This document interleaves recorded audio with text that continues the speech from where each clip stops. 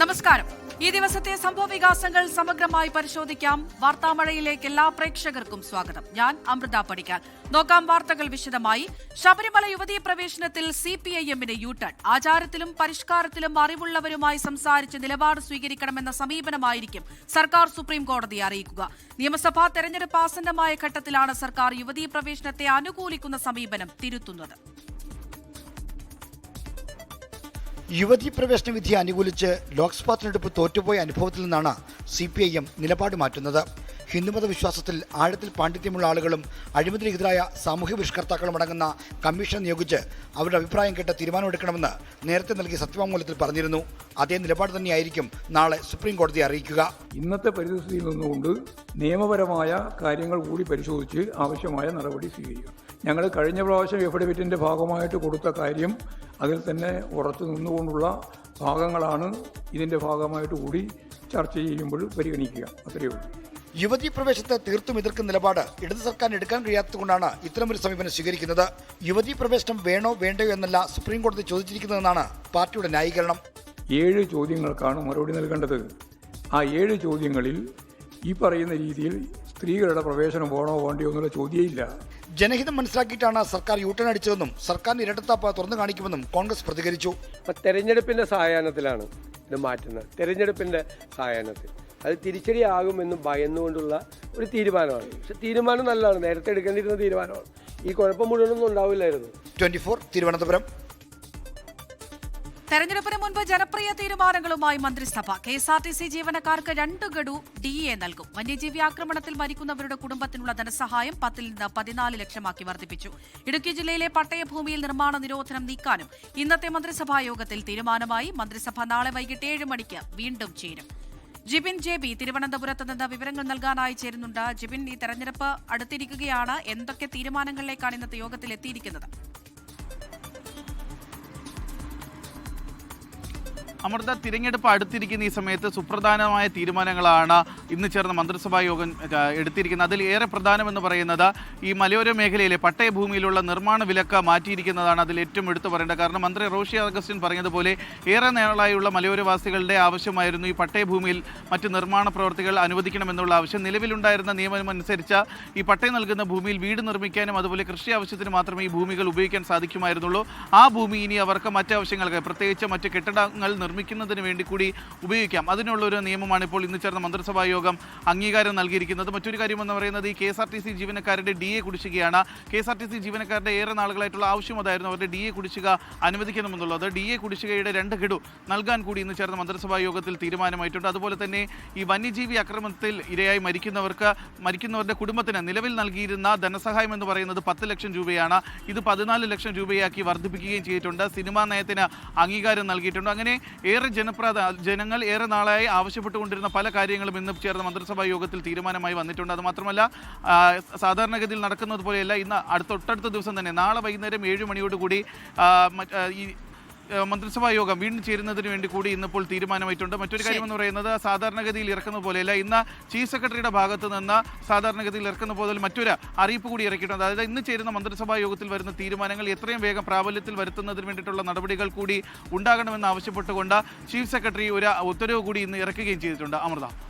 ശരി, ജിബിൻ JB ആണ് തിരുവനന്തപുരത്ത് നിന്ന് വിവരങ്ങൾ നൽകിയത്. സംസ്ഥാനത്തെ സ്വകാര്യ ആശുപത്രിയിലെ നഴ്സുമാരുടെ സമരത്തിൽ ഇടപെട്ട് ഹൈക്കോടതി. ചൊവ്വാഴ്ച മധ്യസ്ഥ ചർച്ചയ്ക്ക് നിർദ്ദേശം നൽകി. ചർച്ച പൂർത്തിയാകും വരെ സമരം പാടില്ല എന്ന് കോടതി നിർദ്ദേശിച്ചു. 479 ആശുപത്രികളിൽ മാനേജ്മെന്റുമായി UNA ധാരണയിലെത്തിയിട്ടുണ്ട്. 11 ആശുപത്രികളിലാണ് സമരം തുടരുന്നത്. സ്വകാര്യ ആശുപത്രി മാനേജ്മെന്റ് അസോസിയേഷനും യുണൈറ്റഡ് നഴ്സസ് അസോസിയേഷനും ചൊവ്വാഴ്ച ഹൈക്കോടതി മീഡിയേഷൻ സെന്ററിൽ ചർച്ച നടത്തണമെന്നാണ് ഹൈക്കോടതിയുടെ നിർദ്ദേശം. ചർച്ച പൂർത്തിയാകുന്നതുവരെ നഴ്സുമാർ സമരം ചെയ്യാൻ പാടില്ലെന്നും ഉടൻ തന്നെ എല്ലാവരും ജോലിയിൽ പ്രവേശിക്കണമെന്നും കോടതി കർശനമായി നിർദ്ദേശിച്ചു. അതിനിടെ ശമ്പള വർധന ആവശ്യപ്പെട്ട് 5 ദിവസമായി തുടരുന്ന സമരം വിജയത്തിലേക്ക് എത്തുകയാണ്. UNAക്ക് സ്വാധീനമുള്ള സംസ്ഥാനത്തെ 490 ആശുപത്രികളിൽ 21 ആശുപത്രികളിൽ മാത്രമാണ് നിലവിൽ സമരം തുടരുന്നത്. കത്തോലിക്ക സഭയുടെ കീഴിലുള്ള ആശുപത്രിയിലും കോർപ്പറേറ്റ് പങ്കാളിത്തമുള്ള ആശുപത്രികളിലുമാണ് സമരം. തുടർ ചർച്ചകൾ ഫലം കാണുമെന്നാണ് പ്രതീക്ഷയെന്ന് UNA ദേശീയ പ്രസിഡന്റ് ജാസ്മിൻ ഷാ പ്രതികരിച്ചു. മെജോറിറ്റി ആശുപത്രികളും ഏകദേശം 90%, 80% ആശുപത്രികളും ഞങ്ങളുമായി ധാരണയിൽ എത്തിയിട്ടുണ്ട്. വൻകിട കോർപ്പറേറ്റ് കമ്പനികളാണ് ഇപ്പോഴും ഒപ്പിടാത്തത് എന്നുള്ളത് നമ്മൾ മനസ്സിലാക്കണം. ആസ്റ്റർ ഗ്രൂപ്പ് പോലെ, ബ്ലാക്ക് സ്റ്റോണിന്റെ ആസ്റ്റർ ഗ്രൂപ്പ് പോലെ, KKRന്റെ BMH പോലുള്ള, ലേക്ക് ഷോർ ആശുപത്രി പോലുള്ള ഇത്തരം ആശുപത്രികളാണ് യഥാർത്ഥത്തിൽ കരാർ ഒപ്പിടാതെ ഇപ്പോഴും സമരം തുടരുന്നത്. അതേസമയം കോട്ടയം കാരിത്താസ് ആശുപത്രിയിലെ നഴ്സുമാർ ശവപ്പെട്ടിയിൽ കിടന്ന് പ്രതിഷേധിച്ചു. നഴ്സുമാർ ഇന്ന് ജോലിക്ക് കയറിയില്ലെങ്കിൽ പുതിയ നിയമനം നടത്തുമെന്ന് ആശുപത്രി അധികൃതർ അറിയിച്ചിരുന്നു. 24 കൊച്ചി. NSS പത്തനാപുരം യൂണിയൻ പിരിച്ചുവിട്ടു. യൂണിയന്റെ ഏകാധിപത്യ പ്രവണതയിൽ പ്രതിഷേധിച്ച് 10 കമ്മിറ്റി അംഗങ്ങൾ രാജിവെച്ചിരുന്നു. ക്വാറം നഷ്ടപ്പെട്ടതിനെ തുടർന്നാണ് കമ്മിറ്റി പിരിച്ചുവിട്ടത്. സൂര്യഗായത്രി കൊല്ലത്ത് നിന്ന് വിവരങ്ങൾ നൽകാനായി ചേരുന്നുണ്ട്. സൂര്യഗായത്രി സൂചിപ്പിച്ചതുപോലെ 10 കമ്മിറ്റി അംഗങ്ങളൊക്കെ നേരത്തെ രാജിവെച്ചിട്ടുണ്ടായിരുന്നു. ഇപ്പോൾ യൂണിറ്റ് തന്നെ പിരിച്ചുവിട്ടിരിക്കുകയാണ്. അപ്പോൾ ഇനിയുള്ള ചുമതലയൊക്കെ ആർക്കായിരിക്കും? എന്തൊക്കെ വിവരങ്ങളാണ് ലഭ്യമാകുന്നത്? പത്തനാപുരം NSS യൂണിയനിൽ KB ഗണേഷ് കുമാറിനെ ചൊല്ലി തർക്കങ്ങൾ കലുഷിതമായിരുന്നതാണ്. കഴിഞ്ഞ കുറച്ച് ദിവസങ്ങളായിട്ട് അത് മൂർച്ഛിക്കുന്ന ഒരു സാഹചര്യം ഉണ്ടായിരുന്നു. NSS താലൂക്ക് യൂണിയൻ പ്രസിഡന്റായി മന്ത്രി KB ഗണേഷ് കുമാർ തുടരുന്നതിനെതിരെ യൂണിയനിലെ ഒരു വിഭാഗം അംഗങ്ങൾ പരസ്യമായിട്ട് രംഗത്ത് വരികയും ആരോപണം ഉയർത്തുകയും ചെയ്യുന്ന സാഹചര്യം ഉണ്ടായിരുന്നു. പത്മ കഫേ നിർമ്മാണത്തിലെ അഴിമതി അടക്കം ചൂണ്ടിക്കാണിച്ചുകൊണ്ടാണ് ഗണേഷ് കുമാറിനെ പ്രസിഡന്റ് സ്ഥാനത്തുനിന്ന് നീക്കണമെന്നുള്ള ആവശ്യം അവർ ഉയർത്തിയിട്ടുണ്ടായിരുന്നത്. അത് NSS general secretary Sukumaran Nair ഉൾപ്പെടെ അംഗങ്ങൾ ഈ വിവരം ധരിപ്പിച്ചു എന്നുള്ള കാര്യമാണ് അറിയാൻ കഴിഞ്ഞിട്ടുണ്ടായിരുന്നത്.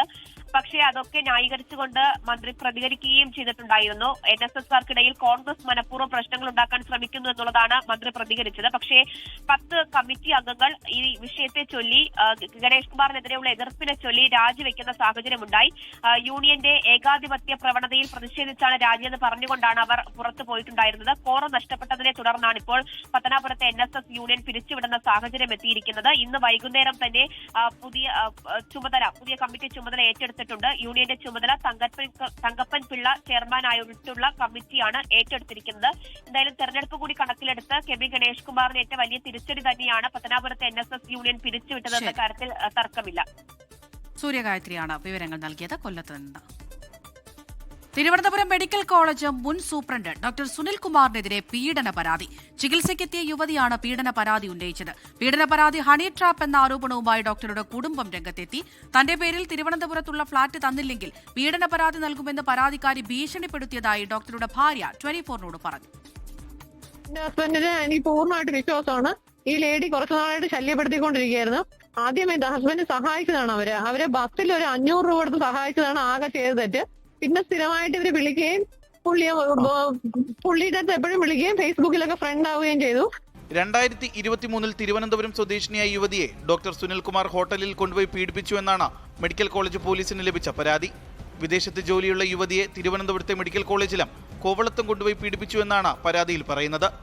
യുവതിയുടെ പരാതിയിൽ മുൻ സൂപ്രണ്ടും മെഡിക്കൽ കോളേജ് ന്യൂറോ വിഭാഗം മേധാവിയുമായ സുനിൽകുമാറിനെതിരെ medical college police case register ചെയ്ത് അന്വേഷണം ആരംഭിച്ചിട്ടുണ്ട്. ഇതിന് പിന്നാലെയാണ് പരാതിക്കാരിക്കെതിരെ ഗുരുതര ആരോപണവുമായി ഡോക്ടറുടെ ഭാര്യ രംഗത്തെത്തിയത്.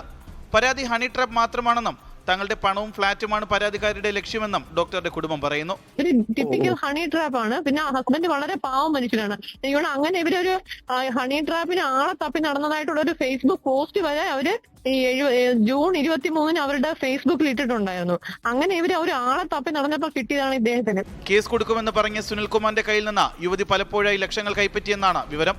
കൂടുതൽ തുക ചോദിച്ചു ചെന്നപ്പോൾ തന്റെ കയ്യിൽ ഇനി തരാൻ പണമില്ല എന്ന് പറഞ്ഞതാണ് പരാതി കൊടുക്കാൻ കാരണമായതെന്നാണ് ഡോക്ടറുടെ മൊഴിയിൽ പറയുന്നത്. ജിബിൻ JB 24 തിരുവനന്തപുരം. സ്ഥാനാർത്ഥിത്വത്തിൽ നിലപാട് കടുപ്പിച്ച് മുതിർന്ന കോൺഗ്രസ് നേതാവ് K സുധാകരൻ. സ്ഥാനാർത്ഥിത്വം ഉറപ്പു നൽകിയാൽ മാത്രമേ ഡൽഹിയിലേക്ക് എത്തൂ എന്ന് K സുധാകരൻ നിലപാട് അറിയിച്ചു. 24 ബ്രേക്കിംഗ്. വിനീത വിജി ഡൽഹിയിൽ നിന്ന് വിവരങ്ങൾ നൽകാനായി ചേരുന്നുണ്ട്. വിനീത, വളരെ വൈകാരികമായൊരു ഫേസ്ബുക്ക് പോസ്റ്റൊക്കെ K സുധാകരന്റെ ഭാഗത്തുനിന്നുണ്ടായിരുന്നു. ഹൈക്കമാൻഡ് ഡൽഹിയിലെത്താനുള്ള നിർദ്ദേശവും നൽകിയിട്ടുണ്ട്. അതിന് വഴങ്ങാതിരിക്കുകയാണോ സുധാകരൻ? എന്താണ് നമുക്ക് ലഭിക്കുന്ന വിവരങ്ങൾ? അമൃത സൂചിപ്പിച്ചതുപോലെ തന്നെ തിങ്കളാഴ്ച കൂടിക്കാഴ്ചയ്ക്കായി രാഹുൽ ഗാന്ധിയുമായുള്ള കൂടിക്കാഴ്ചയ്ക്കായി ഡൽഹിയിലേക്ക് എത്തണമെന്നുള്ളതായിരുന്നു ഹൈക്കമാൻഡിന്റെ നിർദ്ദേശം. പക്ഷേ ഇക്കാര്യത്തിൽ നിലപാട് കടുപ്പിച്ചിരിക്കുക തന്നെയാണ് K സുധാകരൻ ചെയ്തിരിക്കുന്നത്. ഈ സ്ഥാനാർത്ഥിത്വം സംബന്ധിച്ച് കൃത്യമായിട്ടുള്ള ഒരു ഉറപ്പ് ലഭിച്ചാൽ മാത്രം ഡൽഹിയിലേക്കുള്ളൂ എന്നൊരു നിലപാടിലേക്ക് അദ്ദേഹം എത്തിയെന്നാണ് നമുക്ക് അറിയാൻ കഴിയുന്നത്. അതുകൊണ്ട് തന്നെ തൽക്കാലം ഡൽഹിയിലേക്ക് പോകേണ്ടതില്ല എന്നുള്ളതാണ് അദ്ദേഹത്തിന്റെ തീരുമാനം. അതേസമയം സുധാകരന് മാത്രമായി ഒരു ഇളവ് നൽകുകയാണ് എങ്കിൽ നിലവിൽ അടൂർ പ്രകാശ്, MK രാഘവൻ അടക്കമുള്ള MP-മാർ ഇതിനോടകം തന്നെ അവർ മത്സര സന്നദ്ധത അറിയിച്ചിട്ടുണ്ട്. അത്തരം MP-മാരെ കൂടി പരിഗണിക്കേണ്ടതായിട്ടുള്ള ഒരു സാഹചര്യം നേതൃത്വത്തിന് മുന്നിലേക്ക് എത്തും. അത് ഏത് രീതിയിൽ കൈകാര്യം ചെയ്യണം അടക്കമുള്ള കാര്യങ്ങളിൽ ഇപ്പോഴും നേതൃത്വത്തിൽ ആശയക്കുഴപ്പം തുടരുകയാണ്. പക്ഷെ അതേസമയം സുധാകരനുമായുള്ള ഒരു സുധാകരനെ അനുനയിപ്പിക്കുന്നതിനുള്ള ഒരു ചർച്ച അത് മറുഭാഗത്ത് പുരോഗമിക്കുന്നുണ്ട്. ഹൈക്കമാൻഡ് തന്നെ ഈ വിഷയത്തിൽ നേരിട്ടിടപെടുകയും സുധാകരനോട് തിങ്കളാഴ്ച തിരികെ എത്തണമെന്ന നിർദ്ദേശം നൽകുകയും ഒക്കെ തന്നെ ചെയ്തിരിക്കുകയുമുണ്ട്. പക്ഷേ അതേസമയം ഈ നിലപാടിൽ ഉറച്ചു തന്നെയാണ് സുധാകരൻ നിൽക്കുന്നത്. സ്ഥാനാർത്ഥിത്വത്തിൽ കുറഞ്ഞ മറ്റൊന്നിലേക്കും വഴങ്ങേണ്ടതില്ല എന്നുള്ളത് തന്നെയാണ് അദ്ദേഹത്തിന്റെ നിലപാട്. നിലവിൽ മറ്റ് സ്ഥാനാർത്ഥികളെ റിസിൽ മാക്കുറ്റിയും ഒപ്പം തന്നെ അമൃത രാധാകൃഷ്ണനെയുമാണ് ഈ കണ്ണൂരിലേക്ക് പരിഗണിക്കുന്നതെന്നുള്ള ചില റിപ്പോർട്ടുകൾ കൂടിയുണ്ട്. ഒരുപക്ഷെ അങ്ങനെയെങ്കിൽ സുധാകരന്റെ കൂടി ഒരു അദ്ദേഹത്തിന്റെ അഭിപ്രായം കൂടി തേടിയതിനു ശേഷം കണ്ണൂരിൽ ഒരു സ്ഥാനാർത്ഥിയെ നിർത്താം എന്നുള്ള തരത്തിലേക്കുള്ള ഒരു നിലപാട് നേതൃത്വം സ്വീകരിച്ചിട്ടുണ്ട് എന്നാണ് അറിയാൻ കഴിയുന്നത്. പക്ഷെ അങ്ങനെയെങ്കിൽ പോലും ഈ സ്ഥാനാർത്ഥിത്വത്തിൽ കുറഞ്ഞ് മറ്റൊന്നും തന്നെ ഇല്ല, അങ്ങനെയുള്ള ഒരു വിട്ടുവീഴ്ചയ്ക്കും താൻ തയ്യാറല്ല എന്നുള്ളത് തന്നെയാണ് ഈ ഘട്ടത്തിൽ സുധാകരന്റെ നിലപാട്. അതുകൊണ്ട് തന്നെ ഇക്കാര്യത്തിൽ ഒരു ഉറപ്പ് ലഭിച്ചാൽ മാത്രമേ അദ്ദേഹം ഡൽഹിയിലേക്ക് എത്തുകയുള്ളൂ എന്നാണ് നമുക്ക് നിലവിൽ അറിയാൻ കഴിയുന്നത്. അമൃത, ഡൽഹിയിൽ നിന്ന് വിനീത വിജയാണ് വിവരങ്ങൾ നൽകിയത്. അമ്പലപ്പുഴയിൽ സ്വതന്ത്ര സ്ഥാനാർത്ഥിയാകുമെന്ന് പ്രഖ്യാപിച്ചതിന് പിന്നാലെ മണ്ഡലത്തിൽ സജീവമാകാൻ മുൻമന്ത്രി ജി സുധാകരൻ. സഹോദരനും രക്തസാക്ഷിയുമായ ജി ഭുവനേശ്വരന്റെ പേരിലുള്ള ക്രിക്കറ്റ് ടൂർണമെന്റിൽ പങ്കെടുത്തു. കമ്മ്യൂണിസ്റ്റ് പാർട്ടിക്കെതിരെ താൻ ഒരു വാക്കു പറഞ്ഞിട്ടില്ല എന്ന് ജി സുധാകരൻ പ്രതികരിച്ചു. സഹോദരനായ ജി ഭുവനേശ്വരനെ കുറിച്ച് ആരും ഒന്നും പറയണ്ട എന്നും അത് തന്റെ കുടുംബത്തിന്റെ കാര്യമെന്നും ജി സുധാകരൻ പറഞ്ഞു. ഞാൻ ആരെ കൊണ്ടും ആരെയും ഇന്ന് വരെ ചീത്ത വിളിപ്പിച്ചിട്ടില്ല. എനിക്ക് ആ പരിപാടിയേ ഇല്ല. സൈബർ സേനയുള്ളവർ അവരാക്ഷേപിക്കപ്പെടും. പിന്നെ രാഷ്ട്രീയത്തിൽ ഈ സൈബർ എന്നൊക്കെ പറയുന്ന ഈ ഇടങ്ങളിൽ ആക്ഷേപത്തിന് വിധേയരാവാത്തവരാരാ ഉള്ളത്? ഭുവനേശ്വരൻ്റെ കാര്യമൊന്നും ആരും സംസാരിക്കണ്ട. അതിന് അർഹതയുള്ളത് എനിക്കാണ്, എൻ്റെ കുടുംബത്തിനാണ്. പിന്നെ അവൻ രക്തസാക്ഷിയായത് ഈ പാർട്ടിയാണ്, ആ പാർട്ടിയുടെ നല്ലവർക്കാണ്. കേട്ടില്ല, ബാക്കിയൊന്നും ഇവിടെ പരാമർശ വിധേയമല്ല. ജി സുധാകരനുമായി ഇനി അനുനയം വേണ്ട എന്നാണ് CPIMന്റെ തീരുമാനം. ആക്ഷേപങ്ങൾക്ക് മറുപടി പറഞ്ഞ് വിഷയം വലുതാക്കേണ്ട എന്ന CPM സംസ്ഥാന സെക്രട്ടേറിയറ്റിൽ ധാരണയായി. തിരുവല്ല സീറ്റ് ഘടകകക്ഷിയിൽ നിന്ന് CPIM ഏറ്റെടുക്കണമെന്ന് ഏരിയ കമ്മിറ്റി അംഗത്തിന്റെ ഫേസ്ബുക്ക് കുറിപ്പ്. ഏരിയ കമ്മിറ്റി അംഗം SV സുബിൻ കുന്നന്താനമാണ് പോസ്റ്റിട്ടത്. ഇടത് തോലിട്ടാൽ ഇടതുപക്ഷമാവില്ല എന്നും വിമർശനം.